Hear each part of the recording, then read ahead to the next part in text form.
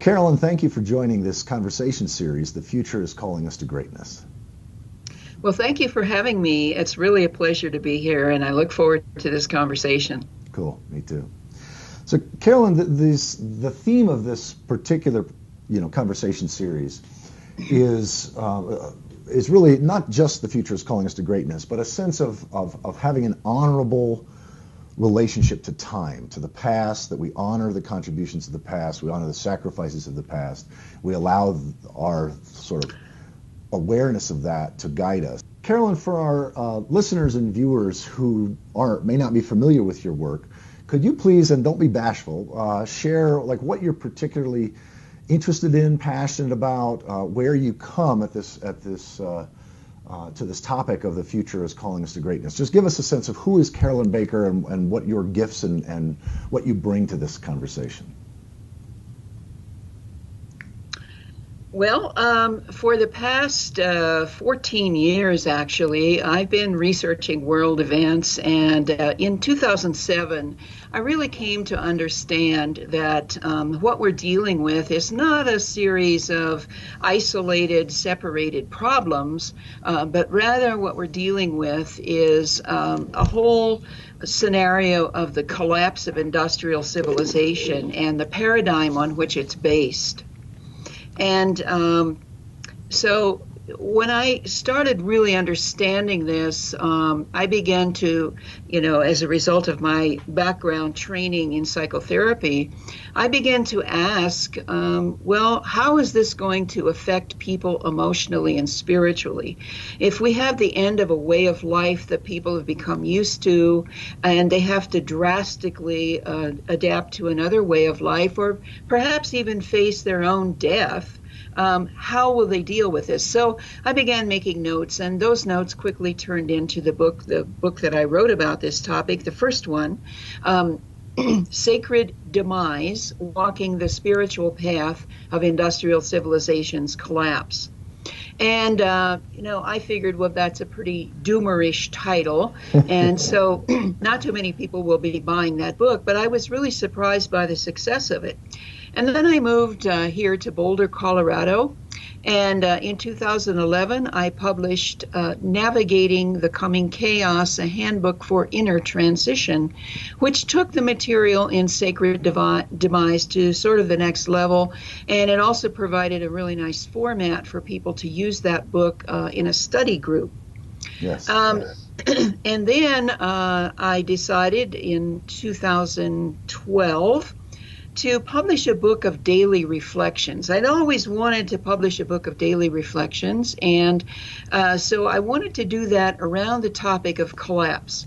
So I submitted to North Atlantic Books 17 essays on collapse and 365 daily reflections. And they came back and said, that's great, wonderful book, we want it, but it's going to be a very large book. Why don't we take the 17 essays and you pull out 52 weekly meditations, we'll put that in the hard copy, and then we'll make a separate ebook with the rest of the meditations. So that book was published last year. It's called Collapsing Consciously, Transformative Truths for Turbulent Times. So this last year has been very rich in terms of people embracing that book, my doing a lot of talks, Skype presentations, in-person presentations, having radio interviews, and so forth on that topic. More recently, I've become very more focused on one particular aspect of collapse, which is catastrophic climate change. Mm-hmm.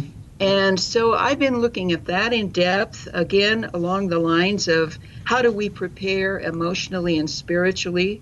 And most recently, an article of mine was published by Shift Network in their Sustainability Showcase magazine, the title of which is When Surrender Means Not Giving Up, the New Sacred Activism. And this article grew out of conversations I had with my friend and who you know as well, Andrew Harvey. Mm-hmm. And we taped a conversation actually that is on my website at carolynbaker.net. on how do we live in the face of catastrophic climate change. And then we talked about how can we create a new sacred activism that is not about giving up, but it's not about attachment to a heroic kind of triumphalist agenda, but rather involves a great deal of surrender, particularly surrender of the ego and our personal agenda as we go forward being activists and trying to make a difference in whatever ways we can. Mm-hmm. So that's where I'm at the moment. I'm also currently working on a book with Guy McPherson. It's called Extinction Dialogues, How to Live with Death in Mind. And that book is a conversation between Guy and myself, which addresses the scientific research regarding abrupt climate change, as well as how humans who grasp the likelihood of near-term extinction can prepare emotionally and spiritually for the demise of many species on Earth, including ours. So we synthesize scientific and psycho-spiritual perspectives, and we provide a manual for understanding our terminal status and therefore allow this knowledge to shape every aspect of our relationships and behavior in what I feel are humanity's last hours. Yeah, wow, that was a great overview. Thank you. One of the things that I have so appreciated about your writings and your work is that you bring a almost a chaplain's sensibility or a hospice worker's heart to our collective issues, and that in the same way that there's tremendous benefit, speaking very personally, when I went through very aggressive cancer treatment 4 years ago, it was me looking at my mortality and fully embracing that I am soon going to be everlastingly dead, just as dead as everybody else in a graveyard. And that when I allowed that awareness of my mortality to guide me, it actually helped me reprioritize, and it was and still is one of the greatest blessings in my life. Connie and I don't take our lives for granted, even though I have no reason to think I couldn't live many, many more years. But you know, from a geological standpoint, that's still only going to be a blip. And so you're doing that sort of larger scale. You're helping people really look squarely at some of these tipping points and large scale self-reinforcing feedback loops that certainly suggest that we may be, or perhaps definitely are, beyond a number of tipping points that are beyond our control, and that whether that means in 100 years from now or less, there will be few humans or no humans or whatever, to be able to collectively hold that in a way that still inspires us to be of service, to be a blessing, to be a contribution. So anything else that you'd like to say? I'd love to lean in a little bit more to this work that you're doing, both with Guy McPherson's work, but then taking some of this and then helping people really integrate it spiritually and emotionally, and in a way that not only doesn't paralyze them, but actually they experience as a blessing. So anything you'd like to say about that, we'd love to hear it. Well, first of all, I'd like to say that, like you, I'm a cancer survivor, a two-time breast cancer survivor. And in my last diagnosis, which happened about 2 years ago, I decided to take some radical measures with it. And my prognosis now is very good. But it was a huge wake-up call for me. And it was kind of like, you really need to change your diet. You really need to change your lifestyle.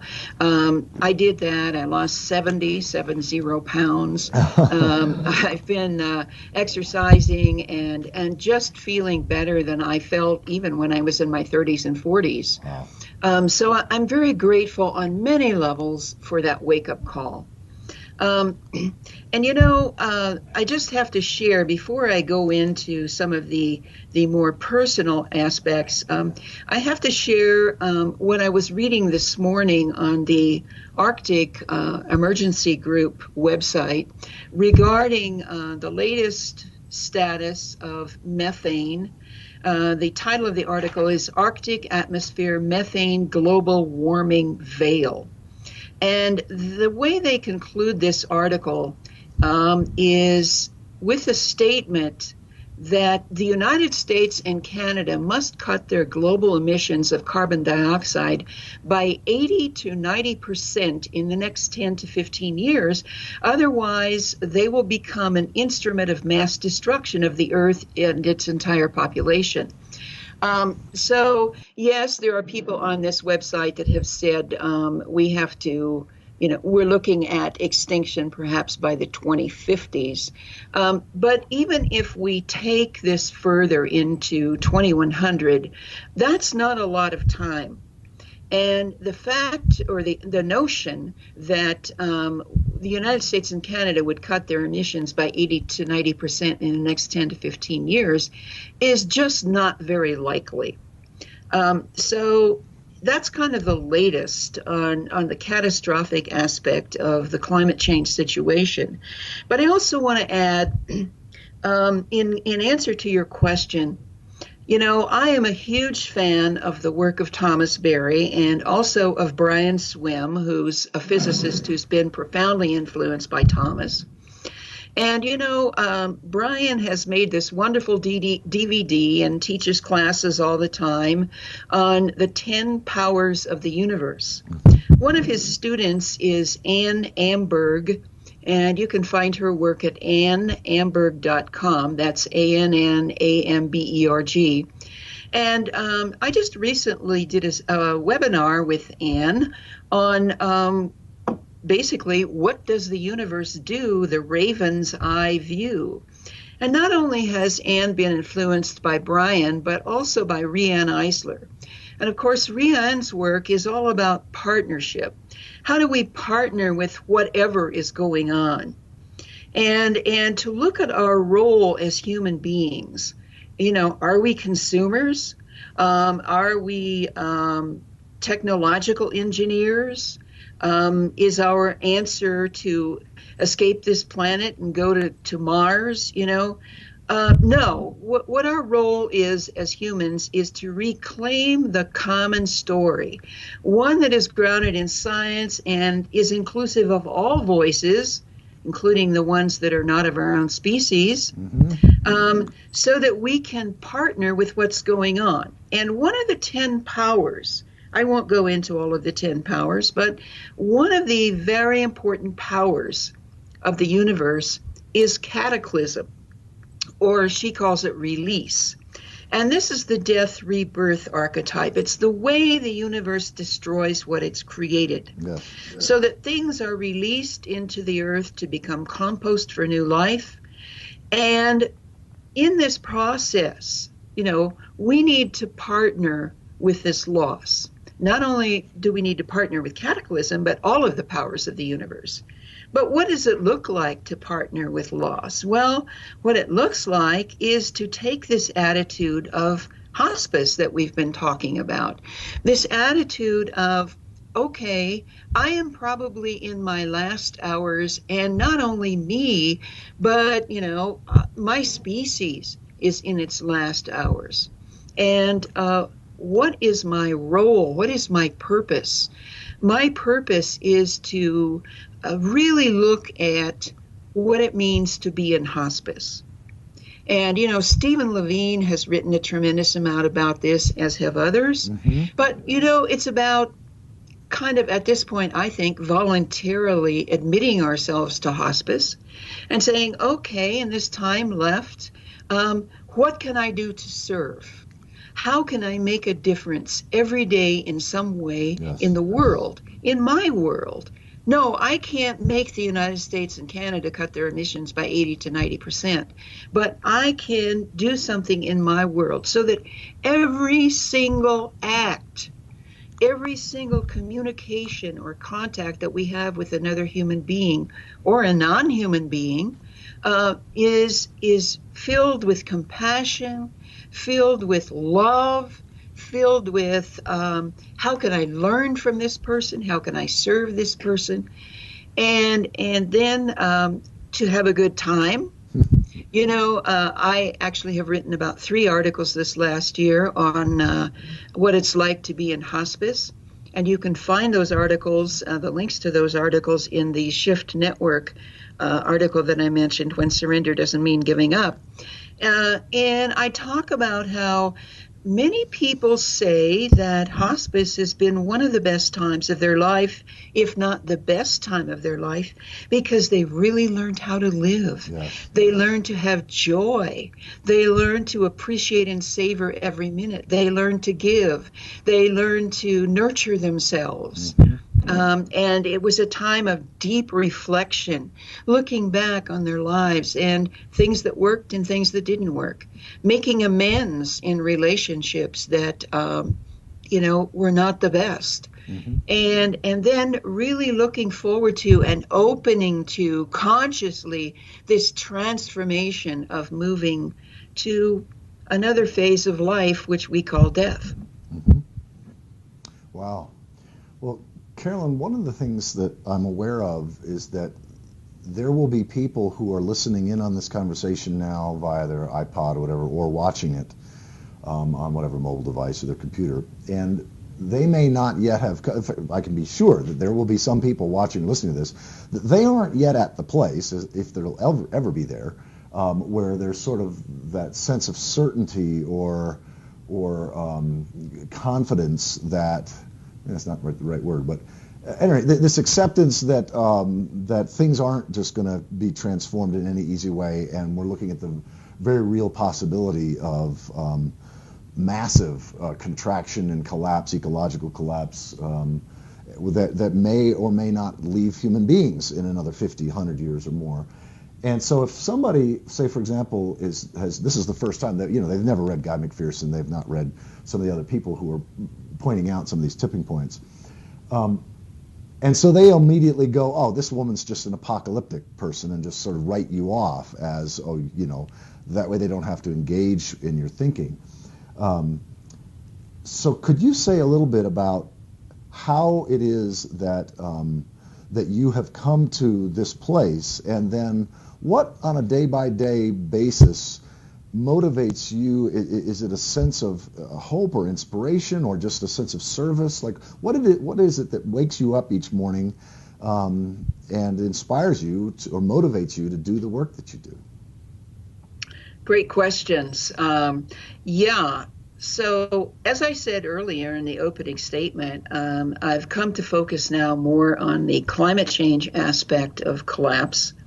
And at the end of my article for Sustainability Showcased at Shift, and I don't know if you're going to be putting up links to any of the articles that people are going to be mentioning. Okay, that'd be wonderful, because at the end of this article, there are a number of places of documentation that I direct people. And one of the most outstanding climate scientists these days is Michael Mann at Penn State University. And he's right at the top of my list of resources. The Science of Catastrophic Climate Change, he's written about this and has been on Tom Hartman's Conversations with Great Minds show.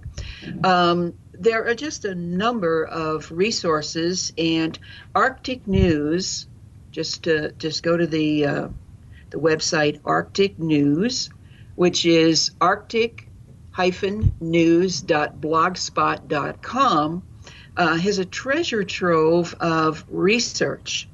Now, in our forthcoming book, Extinction Dialogues, Guy McPherson has 25 pages of documentation on catastrophic climate change, none of which is his own.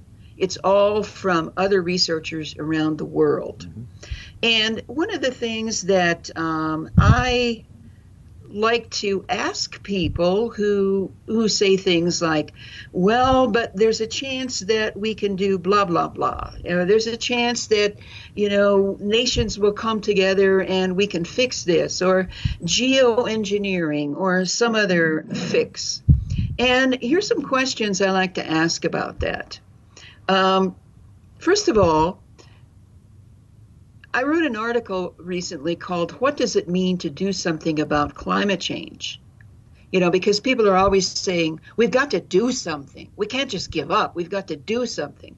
Well, what would that mean? It would first of all mean that nations in the world, the ones that really matter, in this dialogue about climate change would need to agree that climate change is actually happening. We haven't even gotten to that point yet. Secondly, these nations would have to understand that the situation is so dire that humanity's living arrangements have to be radically altered. Thirdly, people would have to be willing to sacrifice their economic security and their industrial profits to significantly reduce carbon emissions. And of course, when I say carbon emissions, I'm not even talking about the methane that's being released as the Arctic becomes increasingly ice-free and probably will be ice-free by the end of 2016. And then finally, people would have to agree to the reality of climate change and altering their lives in such a way as to prevent another 2-degree centigrade rise in temperature. We already passed 440 parts per million. We're on our way to another 1 or 2 parts.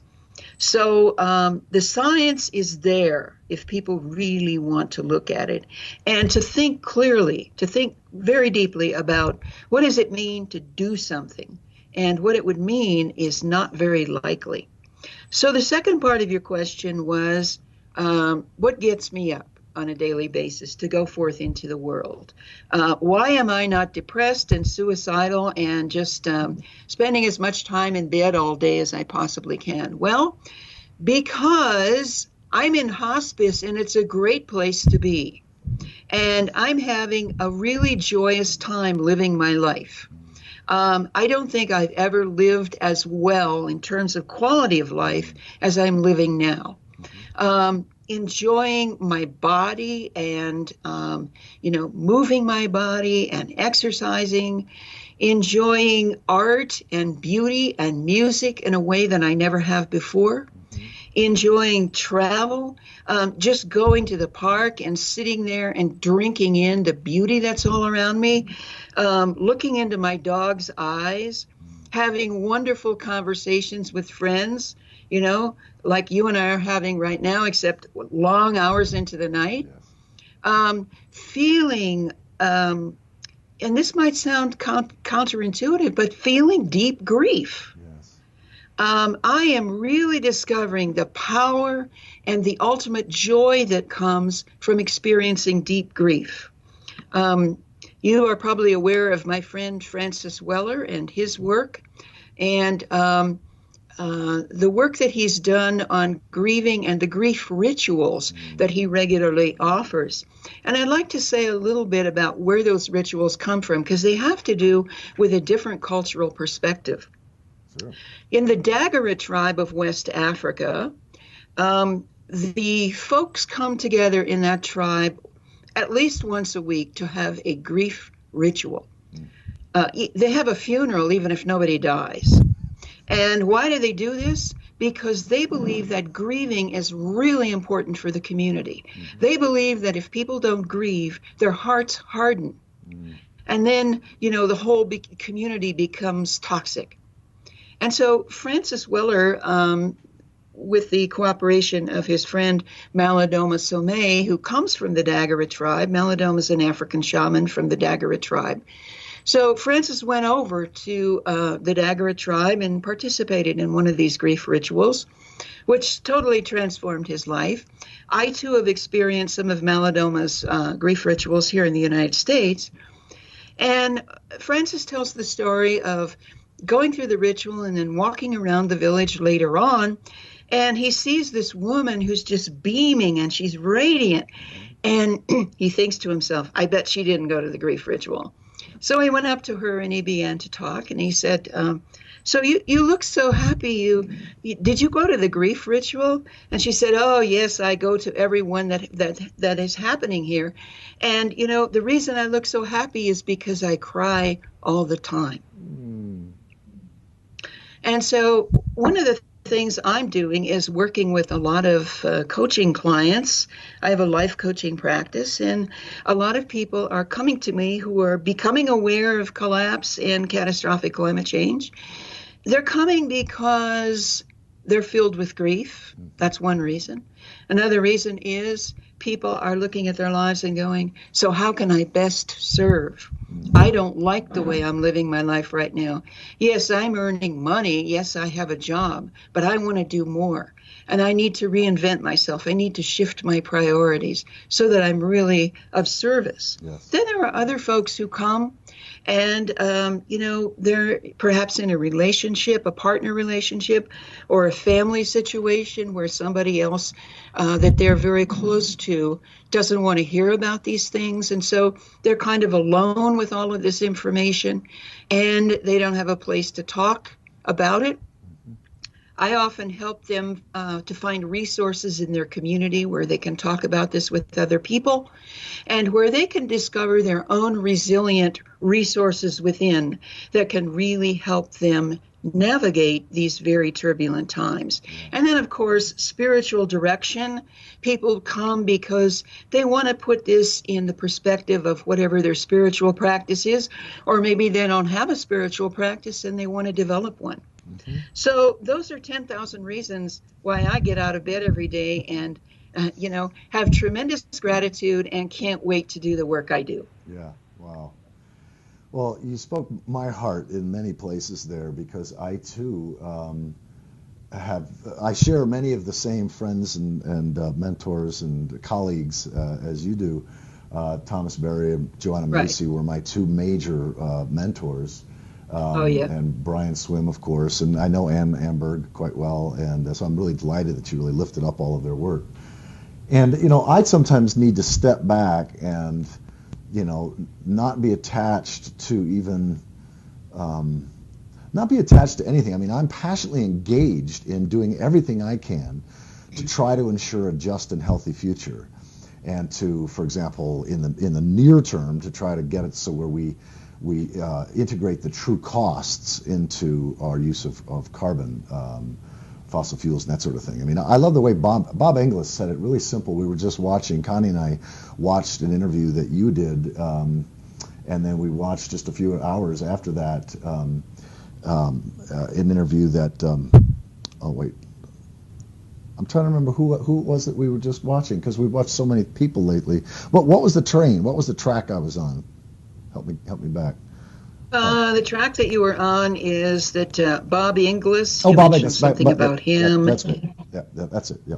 So he said, and I like this way of phrasing it. He says, what we most need to do, and do it as soon as possible, is not all the little individual things that we all can do, but the only thing that's going to make a difference, if it is going to make a difference, is to, let's see, how did he say it? Put all the costs in all the fuels and remove all the subsidies, and then watch the free market enterprise system, shift the climate issue. Because right now we're allowing the free or subsidized polluting of the air with carbon, and actually carbon, oil and gas, if they had the costs in it. So I love that way of phrasing it, as integrating. Call it carbon tax or fee and dividend or whatever, but I like his way of phrasing it, that we need to put all the costs in all the fuels, remove all the subsidies, and then let the free market, the power of the global market, move us in some kind of a healthy future. Do you encourage people, because one of the things I try to do is have them plant a tree, like my wife Connie is a part of this whole assisted migration movement.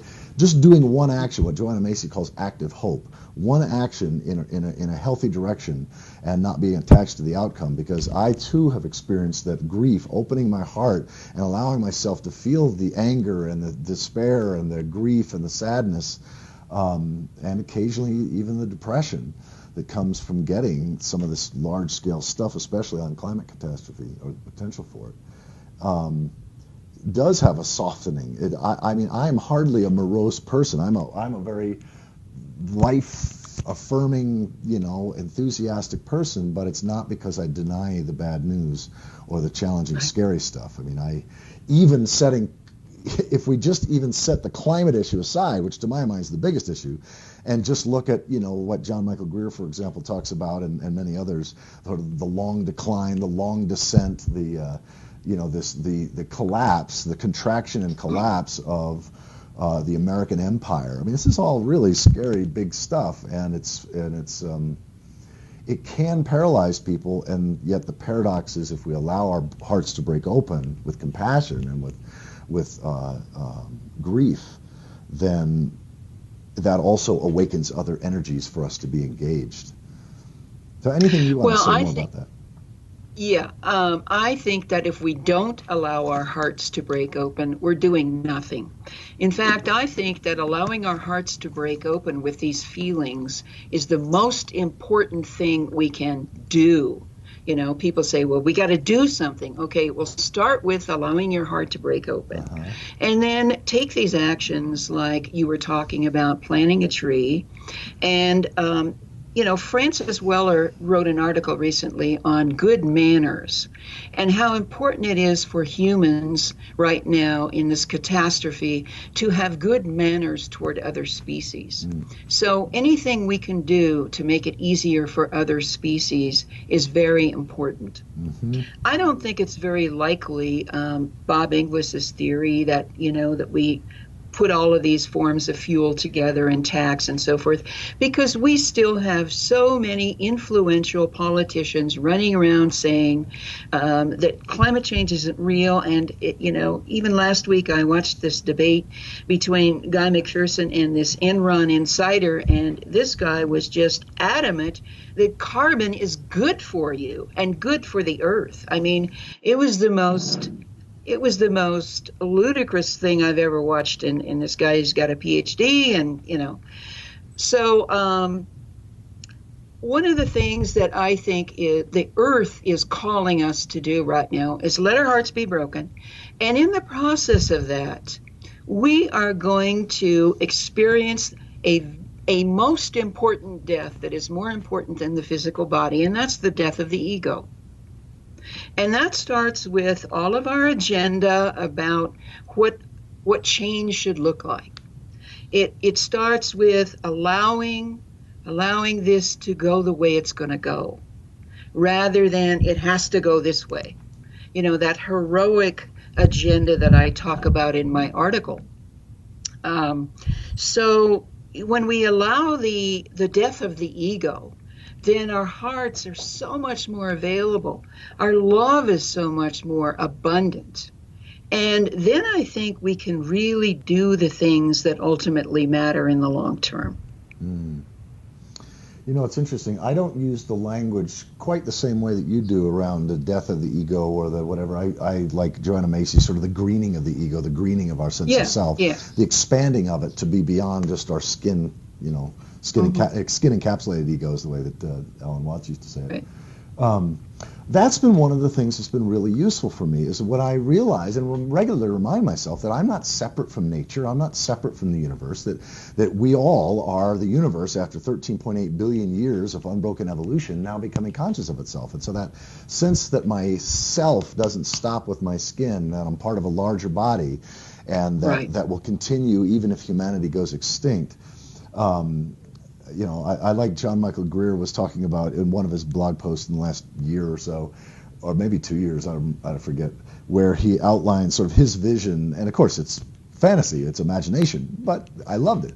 Sort of the next 10 billion years, and or 5 billion, something like that. And one of the things he thinks that, you know, humanity will go extinct, as virtually all species do, at some point. And he thinks that the next self-reflexive intelligence is likely to be raccoons, because of the manual dexterity, and then they'll be around for maybe a few million years at best, and then something will cause their demise. And he said the third self-reflexive intelligence is likely to be corvids, crows, and the real. And he paints this vision of, you know, like, you know, a billion years from now, or maybe, you know, maybe a lot less than that, maybe half a billion years from now, whatever, the crows reach the moon. And they discover that some Earth species has beat them there, you know, maybe us. Love it. But there's something that I find that even though that's very playful, it engenders for me a trust in something much larger. Call that reality, God, the universe, nature, whatever, but to trust the process and to play my role in the process, knowing that, you know, there's only so much I can do, but I can do it with gusto and passion and you know, generosity and whatever. And that really does give me, that's what helps wake me up. in the morning and excited to do what I can do and not try to fret about what I can't do. Well, you're really echoing what I feel exactly. And just to clarify about the ego, we all have one and we all need it, you know. And I have to laugh at some of these spiritual teachers who say, who talk about, well, I've lost my ego. And my friend Michael Mead says, well, so then how did you get to the bathroom the last time and where are the car keys? Because we need the ego. We couldn't function without the ego. But it needs to be transformed. And Joanna's image of that, the greening of the ego, is absolutely beautiful. Because when the ego is transformed and we're taking action in the ways that you just described and that I've described, then the ego is really in service of that something greater, the sacred, the greater self, which is totally inextricably connected with everyone and everything. And when the ego is transformed, we really feel in ourselves how connected we are with everything, with all living beings. Yeah. I'm reminded of a quote from Marlon Lavenar, who's the pastor of the largest Unitarian Universalist church in the country in Tulsa, Oklahoma. And I've shared this, I think, in one or two other conversations that I had, but I think it bears repeating in this context. He says, we've all heard some fundamentalist-minded person say, don't tell me I'm related to monkeys. But now that we understand DNA and have cracked its code, we know that we're not just related to monkeys, we're related to zucchini, so let's get over it. I love it. I love it. So, Carolyn, here's a question that Connie, my wife, has wanted me to ask the conversation partners in this series, and I think I've remembered in all but two. So if you had the opportunity to meet with any three people, either one-on-one or together in a dinner party throughout human history, who would those three people be and why?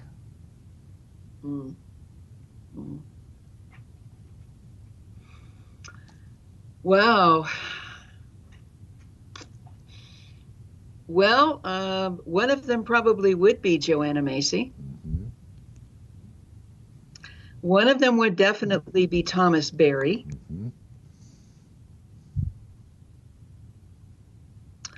And one of them would probably be a Native American elder like Black Elk. Black Elk. Yes. Yeah. Cool. And anything you want to share about why for any of those? Well, because I believe that we need right now, more than we ever have, a really close connection with Indigenous wisdom. And of course, the Indigenous people are not, I don't mean to romanticize them because they certainly have their own problems all around the world, most of which are being caused by the encroachment of colonialism.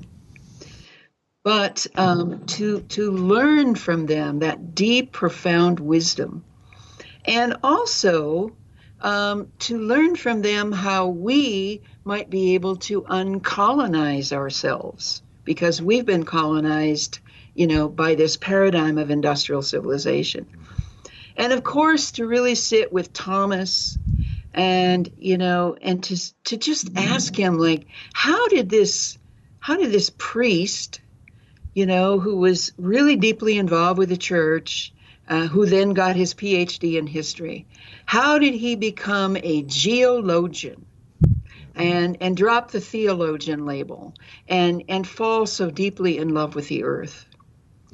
And then, of course, Joanna, who's one of my heroes and mentors and colleagues and friends, I want to just really sit with her and say, how is it for you these days? You've got some years on me, and I'd like to know how it's been on your path. And can you tell me something as a slightly younger person that I might need to know on my journey?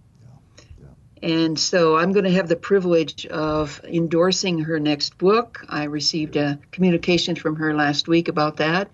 And I'm hoping she might be able to write the foreword of my next book. Wow, we'll see.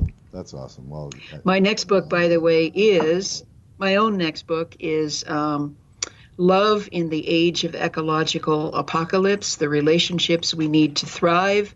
It's due to be published in March 2015 by North Atlantic Books, who also published Collapsing Consciously. Cool. That's great. Yeah, I was going to ask you what's next on your own creative edge or creative contribution. In fact, Carolyn, could you just mention what would be the one or two or three main resources where people who wanted to go more deeply into your ideas would learn about you and about your work? I would say start with reading Sacred Demise, and then read Navigating the Coming Chaos and Collapsing Consciously. Also, I have a radio show now, the Lifeboat Hour, which I inherited as a result of the passing of Mike Rupert. Yes. And that airs on Progressive Radio Network on Sunday nights, 9 p.m. Eastern Time. It's internet radio, so it's prn.fm. And on there, we discuss a lot of these emotional and spiritual questions in relation to the big picture. So my books, and then I hope to be doing a webinar this fall on my next book on love in the age of ecological apocalypse. So, my website is filled with resources, and if you want to talk to me personally, you can contact me at carolyn@carolynbaker.net regarding life coaching or anything else. Mm-hmm. That's great. And carolynbaker.net is really a portal to your books and everything else. Yes, absolutely. Yep, cool. Well, Carolyn, any last thoughts, anything that you would like to share about just anything related to what we've either already discussed or this theme that, the past is rooting for us and the future is calling us to greatness? And of course, what I mean by that is that the being of service to being a blessing to the future is what can inspire us to live a life of deep joy and meaning and fulfillment because of what we're serving. So anything that you'd like to say sort of in closing on anything, you'd be glad to say it. Yeah, I just want to encourage people to look at the science on catastrophic climate change, which can be found pretty much at the end of this article, the Shift article that I talked about. And Michael is going to publish the link to that. And then as you look at that science, notice what you feel and allow what you feel to take you into wherever it's going to take you. Allow the grief to be there, the anger, the despair. Get some support with feeling those feelings, and really know that this is what you came here to be and to do. Allow yourself to consider signing up for voluntary hospice. I'm going in to this new place in my life to live passionately, to make a difference in big ways and small ways, to experience more joy and beauty, to be of more service, and to allow my heart to be opened in love with everyone and everything. Wow, that's beautiful, Carolyn. Well, Carolyn, thank you so much for being part of this conversation. Thank you for your work. I'm a deep bow of gratitude to you and to this role that you're playing in this movement to help people really prepare their hearts and their souls and to stay inspired to be in action rather than just sort of like paralyzed. Blessings on your new book and this webinar that you mentioned. And I look forward to seeing you hopefully soon and giving you a big hug. Thank you. Thank you very much. Thank you very much, Michael.